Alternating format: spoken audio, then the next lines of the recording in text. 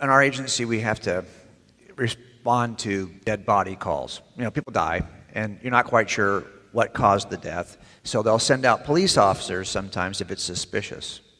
And they'll send us out, and we will take a look at the body and see, is it a murder, or did they die some other way? And when we get dispatched to these calls, these are called DBRs, dead body reports.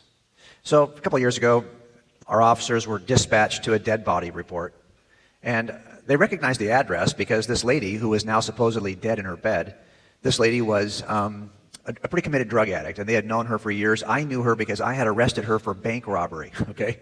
She was also a bank robber. And she was a heroin addict. And when they got there, this was her nightstand.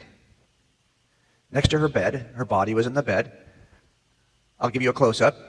So you can see this is her, she's a heroin addict, so these are her needles. 1, 2, 3. She cooks the heroin on the bottom of this can using this water. Sometimes it gets messy. This is her blood. She also, though, because it's a depressant, and so it's hard for her to function, so she also smokes rock cocaine simultaneously. These are her rock pipes. You can kind of see them all around here. Look, if you do those two things in combination, bad stuff happens. So what do you think the officers, when they got there, they see this, she's dead in her bed, they've known her to be a drug addict for years, what do you think the most reasonable assumption is? Overdose, right? So they call a coroner. The coroner is going to send out an investigator who basically is like a body collector. They're going to collect her body and take it to the coroner's office where they'll do a toxicology to see what she died from.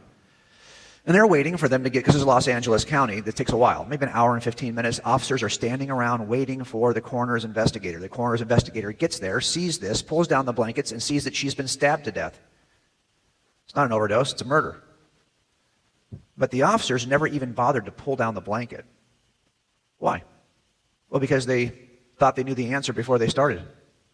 If you think you know the answer to something before you start, good chance you're going to miss it.